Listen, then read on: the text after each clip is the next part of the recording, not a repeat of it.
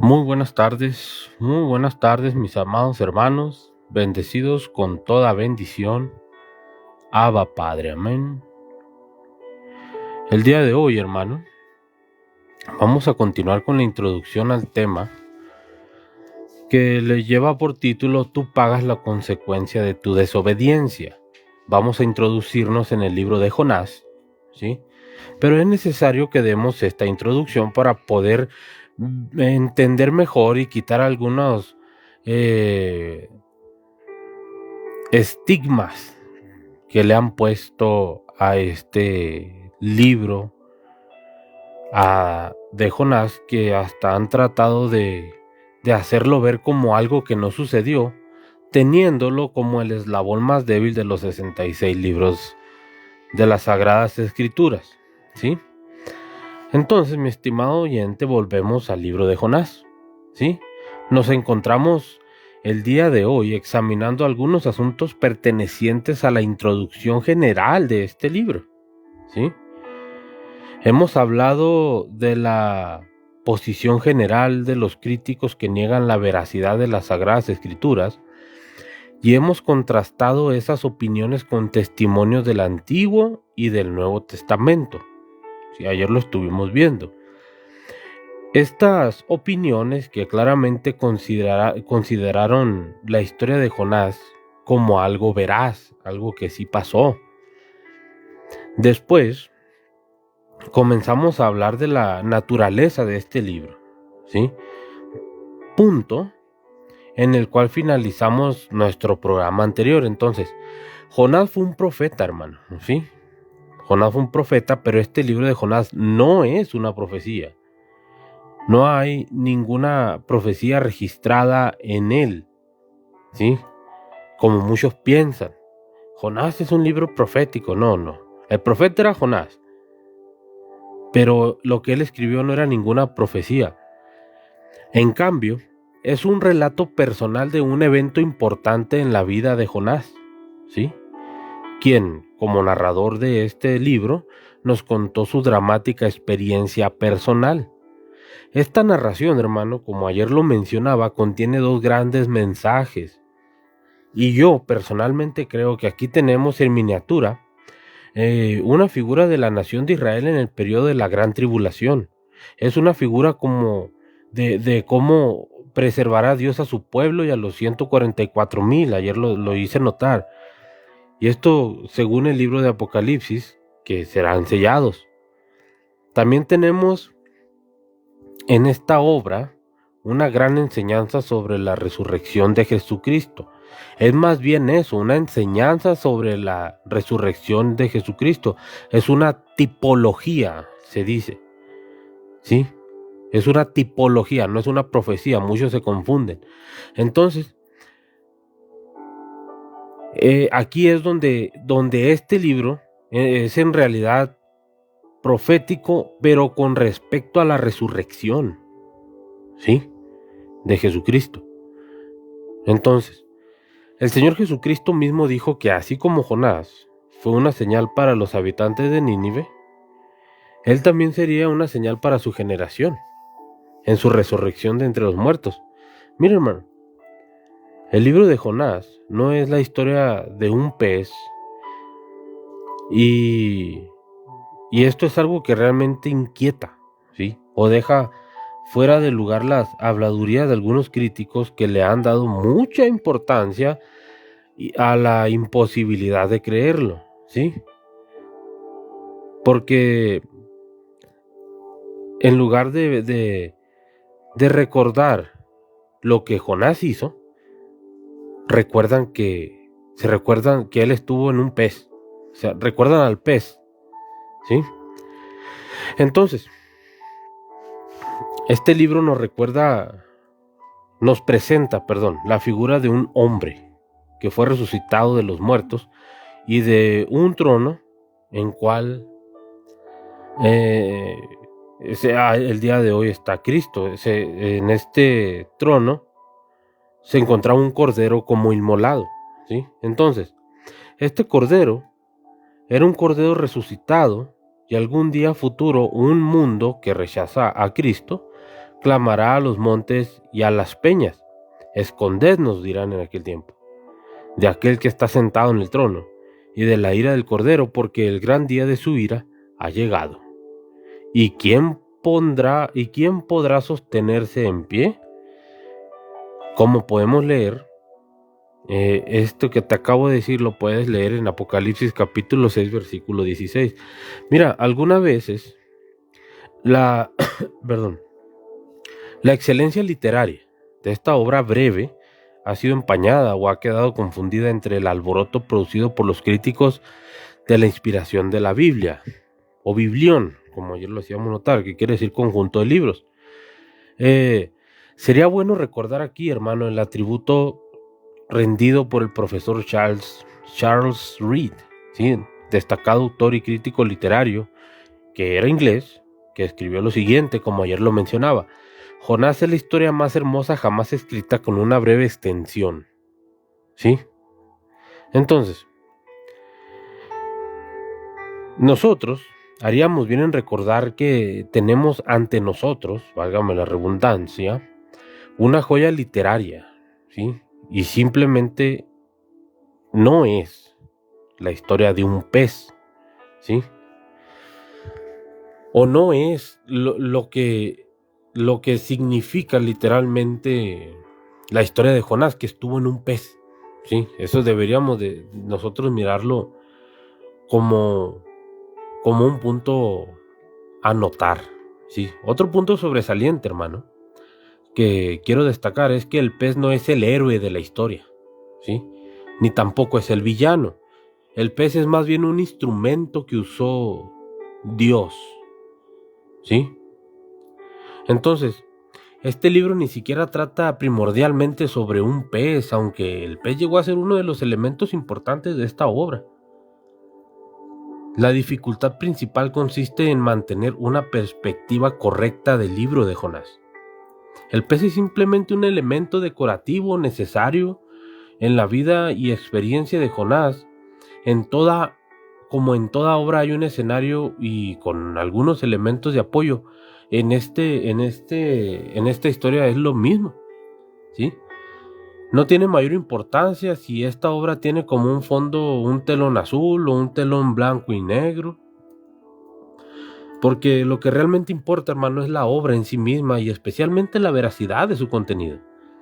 Y en la historia de Jonás, el pez se encuentra entre los elementos y accesorios que usó Dios, ¿sí? Como la tormenta, como al capitán del barco y por último al pez, ¿sí? Entonces, no ocupa el lugar de la estrella principal, ¿sí? Muchos dicen Jonás. Es más, si vas caminando a alguien en la calle y te encuentras a alguien que se llama Jonás, te acuerdas del pescado, te acuerdas del pez, ¿sí?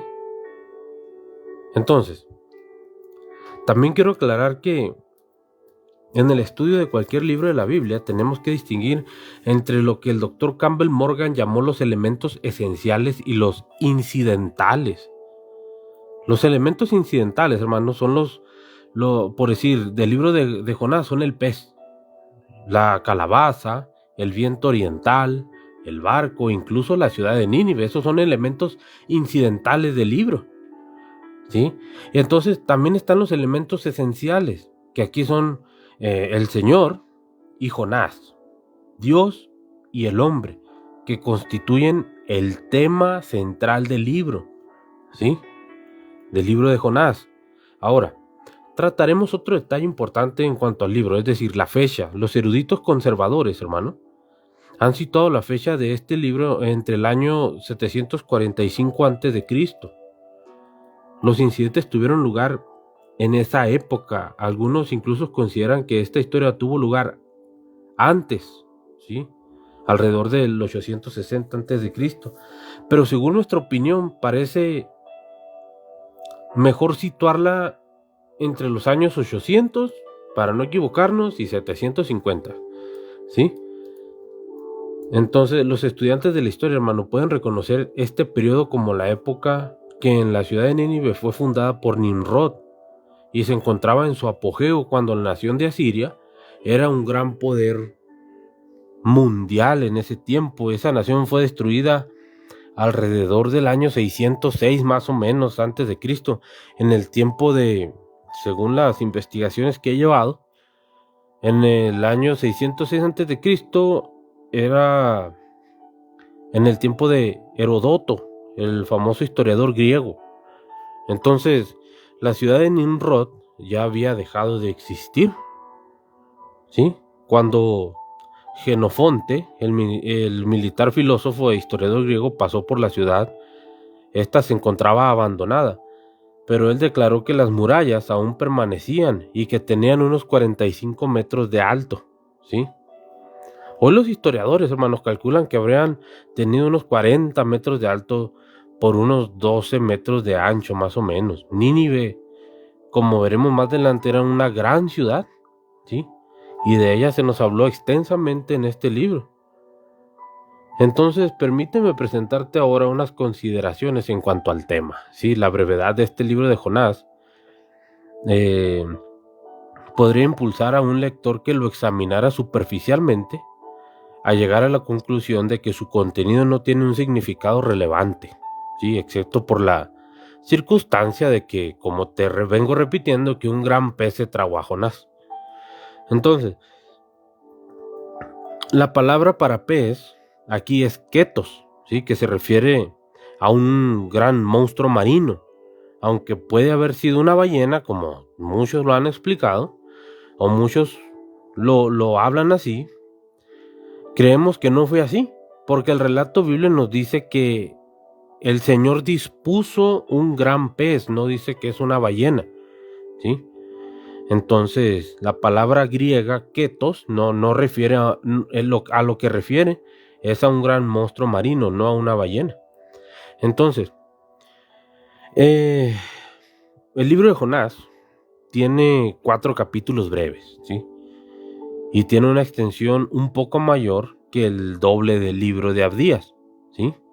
Que es el más breve del Antiguo Testamento. El libro de Abdías es el más corto que hay. Y como es tan breve, tendemos a pasarlo por alto. Yo la verdad nunca, o en mi tiempo que llevo en Cristo, nunca he mirado que alguien predique de Abdías, ¿sí? Este hombre que iba y le dio comida muchos días a un gran ejército. Entonces, nunca he mirado que alguien predique de este hombre. En realidad nunca lo he notado. Siempre, la mayoría de los predicadores pasan por alto este libro de Abdías. Entonces, por lo mismo que es tan breve, ¿no? Entonces, no deberíamos llamar a este grupo de libros, hermano, profetas menores, porque en realidad hicieron cosas grandes. Al cual pertenece este libro de Jonás, hermano, porque cada uno de ellos es como una bomba de gran potencia, simplemente cargada con el poder y el programa de Dios. Pero muchos no se atreven ni siquiera a llegar a leerlo, los pasan por alto. Entonces, hay 6 temas significativos, hermano, que fueron sugeridos y desarrollados en el libro de Jonás, que lo hacen hoy muy relevante para nosotros. Sí, te voy a decir cuáles son. En primera, este es un libro del Antiguo Testamento, ¿sí? Este es un libro del Antiguo Testamento que expone la resurrección del Señor Jesucristo. Todas las grandes doctrinas de la fe cristiana han sido presentadas en ciertos libros del Antiguo Testamento. Por ejemplo, hermano, el libro del Éxodo expone la redención. La liberación del pecador que viene a Cristo fue ilustrada en este libro, ¿sí? El libro de Ruth tenemos el romance de la redención, el lado amoroso de la redención, ¿sí? En el libro de Esther también tenemos el romance de la providencia. Entonces, creemos que el libro de Job también enseña el arrepentimiento. Entonces, uno puede ir por las Sagradas Escrituras y encontrar estas grandes doctrinas de nuestra fe, hermano, ilustradas precisamente en un libro del Antiguo Testamento. Así que el breve libro de Jonás, hermano, ilustra y enseña la resurrección del Señor Jesucristo, pero lo enseña como una tipología, ¿sí? Más que una profecía. Aunque en lo que sí hace profecía es de la resurrección de Jesucristo por los 3 días que estuvo dentro del pez, ¿sí? Entonces, por esta única razón diría que este libro es muy importante, muy, muy importante. Entonces, la segunda razón es que el libro de Jonás enseña que la salvación no es por obras, hermano, sino que es por la fe que conduce al arrepentimiento. Este breve libro es leído por los judíos en el día de la expiación, hermano, ¿sí? Cuando ellos van y hacen el día del arrepentimiento, el día del perdón de los pecados. Ellos lo llaman Yom Kippur, ¿sí? El camino que conduce a Dios no consiste en obras de justicia humana, hermano, que podamos realizar, sino por la sangre del sacrificio sustitutivo provisto por el Señor. La declaración más significativa del libro de Jonás, hermanos, se encuentra en el 2 capítulo y en el versículo 9. Es donde está la salvación, viene del Señor, ¿sí? Y es el autor de la salvación. Él erigió el gran edificio de nuestra salvación. Él es el arquitecto, hermano, amén, de este edificio que es nuestra salvación. Entonces, el tercer y gran propósito de este libro es mostrar que el gran propósito de la gracia de Dios no puede ser frustrado, hermano, nunca. Jonás se negó a ir a la ciudad de Nínive, pero Dios aún estaba dispuesto a enviar el mensaje a esa ciudad. Lo interesante de este caso, que particularmente yo he visto que fue que Jonás iba a ser el testigo de Dios en Nínive. Claro que él no sabía que se estaba dirigiendo hacia allí. Sin embargo, así iba a suceder, porque Dios ya lo había dispuesto. Entonces, la cuarta gran verdad de este libro es que Dios no nos desecha por nuestra falta de fidelidad, hermano. Puede que Él no le use a usted, pero no lo desechará a usted en ningún momento. En un campo de juego, mira, te voy a poner este ejemplo. En un campo de juego hay muchos jugadores que se sientan en el banquillo, en la banca, ¿sí? En realidad, hay más en el banquillo que en el campo de juego. Te voy a decir por qué. Un jugador es llamado por el entrenador para entrar a jugar solo cuando se cree que puede hacer una contribución mayor al partido. Si usted y yo somos desleales, hermano, Dios podría dejarnos sentados en el banquillo, pero aún estaremos usando el uniforme del cielo, aún estaremos usando el uniforme de nuestro patrocinador, que es Dios, ¿sí? Y Dios no nos dejará a un lado nunca, nunca, nunca nos desechará, porque formamos parte del gran equipo de salvación de Dios. En cualquier momento, hermano, en el que queramos regresar al campo del juego de la vida y hacer su voluntad, Él nos permitirá hacerlo, ¿sí? Entonces, la quinta gran verdad es que Dios es bueno y Dios, hermano, es compasivo. Leamos el pasaje del capítulo 4, del versículo 2 de este libro, para poder ver el relato más penetrante de Dios en lo que yo considero que es el mensaje que te llega hasta los huesos, que es de parte de Dios en toda la Biblia, ¿sí? Es erróneo afirmar que el Antiguo Testamento revela un Dios de ira, hermano, y el Nuevo Testamento revela un Dios de amor. Eso no es bueno interpretar así la Biblia. El libro de Jonás, él no es una deidad negativa, ¿sí? Entonces, la sexta y última enseñanza de esta obra es que Dios es el Dios de todos los pueblos, judíos y no judíos. Cuando Dios eligió a Abraham, fue como si Él le hubiera dicho a los no judíos que les iba a dejar por un tiempo a causa del pecado que había entrado en la familia humana, pero que iba a preparar una salvación para ellos por medio de un hombre, y de una nación, porque traería por medio de ellos al Redentor y a la salvación del mundo. Haz de cuenta que Dios, hermano, dejó de preocuparse por toda la humanidad desde el principio hasta Abraham y se empezó a enfocar en un solo hombre.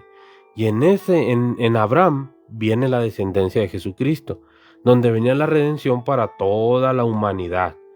Entonces, sería bueno escribir en nuestro conjunto de libros, que es la Biblia, junto al libro de Jonás, el texto escrito por el apóstol Pablo en su carta a los Romanos en el capítulo 3, en el versículo 29, que dice, lo dice en forma de pregunta: ¿es Dios solamente Dios de los judíos? ¿No es también Dios de los no judíos? Ciertamente también de los no judíos. El libro de Jonás, hermano, revela que incluso en el Antiguo Testamento Dios no olvidó a los no judíos. Sí, Él estaba dispuesto a salvar a una mujer como Rahab, la ramera, y a una nación brutal y cruel como los asirios y los habitantes de Nínive. Su capital. Entonces tenemos que reconocer que Dios está ocupado en la tarea de salvar pecadores. Ahora tendremos unas palabras de aclaración antes de presentar un bosquejo, ¿sí? Entonces, ahora hay dos formas de enfocar nuestro estudio del libro de Jonás. Y una de estas formas es la más popular y la seguida por la mayoría de los comentaristas bíblicos, y consiste en tomar nota del sorprendente parecido que existe entre Jonás y el apóstol Pablo. No sé si lo habías notado. Porque mira, tanto el apóstol Pablo como Jonás fueron misioneros enviados a los no judíos, ¿sí? Ambos sufrieron un naufragio. Ambos fueron testigos de los marineros, fueron testigos a los marineros que se encontraban a bordo del barco. Y ambos fueron usados para librar de la muerte a esos marineros. Hay otras comparaciones sorprendentes que un estudio más detallado revelaría, ¿sí? Incluyendo su viaje a Roma, que consideraremos o que personalmente considero como un viaje misionero, donde hubo realmente 4 viajes misioneros del apóstol Pablo.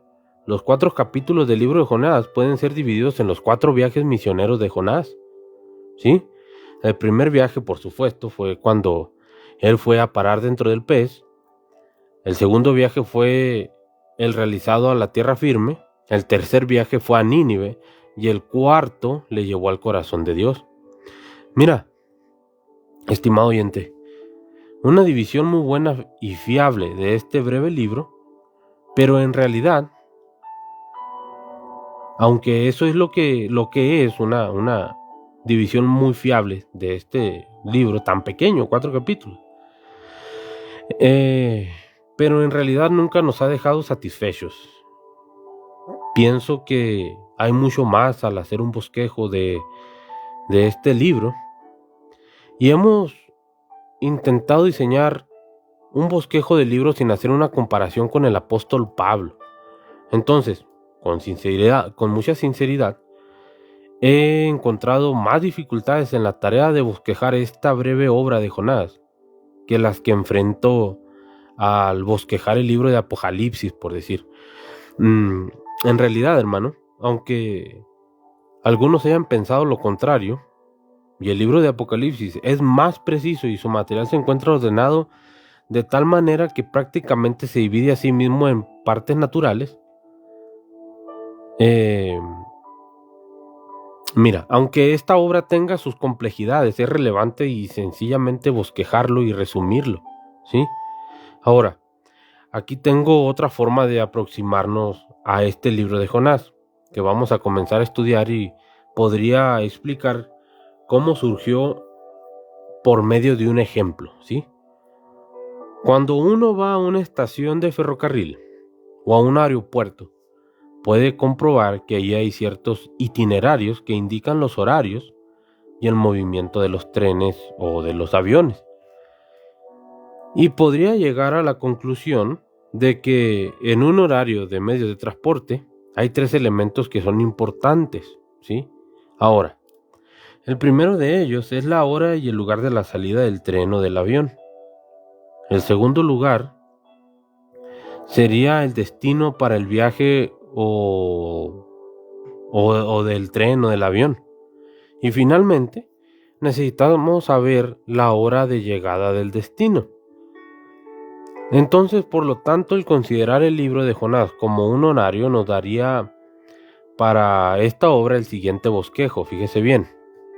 Así es como yo lo tengo preparado y así es como yo se lo voy a presentar a usted. El capítulo 1, Jonás salió de Israel. Evidentemente, él había salido de la ciudad donde vivía, que podía haber sido Samaria o Gat-Hefer. Él partió de ese lugar, hermano. Su destino era Nínive. Ahora, en realidad su destino de llegado fue un pez, ¿sí?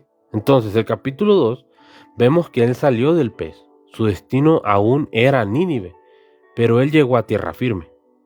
Entonces, el capítulo 3, vemos que él salió de tierra firme, su destino seguía siendo Nínive, y efectivamente él llegó a esa ciudad. Se demoró en su viaje, y las circunstancias accidentadas de su viaje ocuparon el relato de 3 capítulos, teniendo que realizar un viaje dentro de un pez, pero el hecho de que él estuviera dentro del pez es lo que hizo que él llegara a su destino y lo que terminara su travesía. Entonces, ahora en el capítulo 4 vemos que él partió de Nínive. Su destino fue una calabaza o un lugar fuera de la ciudad de Nínive.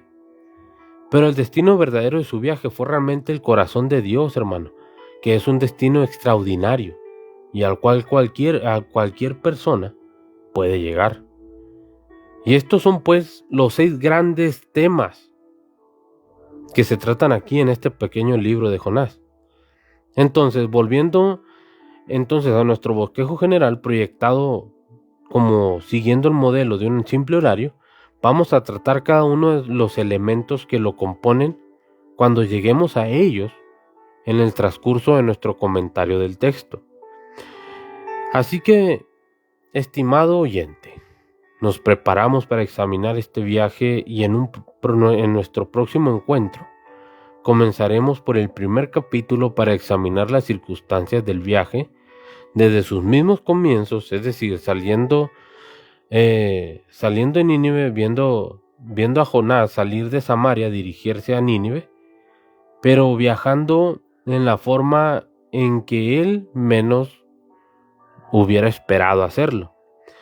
Entonces, al dejar las consideraciones de la introducción general al libro, espero contar con su compañía de esta nueva etapa de nuestro estudio, una etapa muy extraña que comentaremos en nuestro programa del día de mañana y espero que usted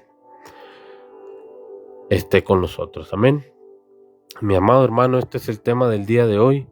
Ama más, perdona más, vive tu vida al máximo. Baruch Hashem Adonai, Abba Padre.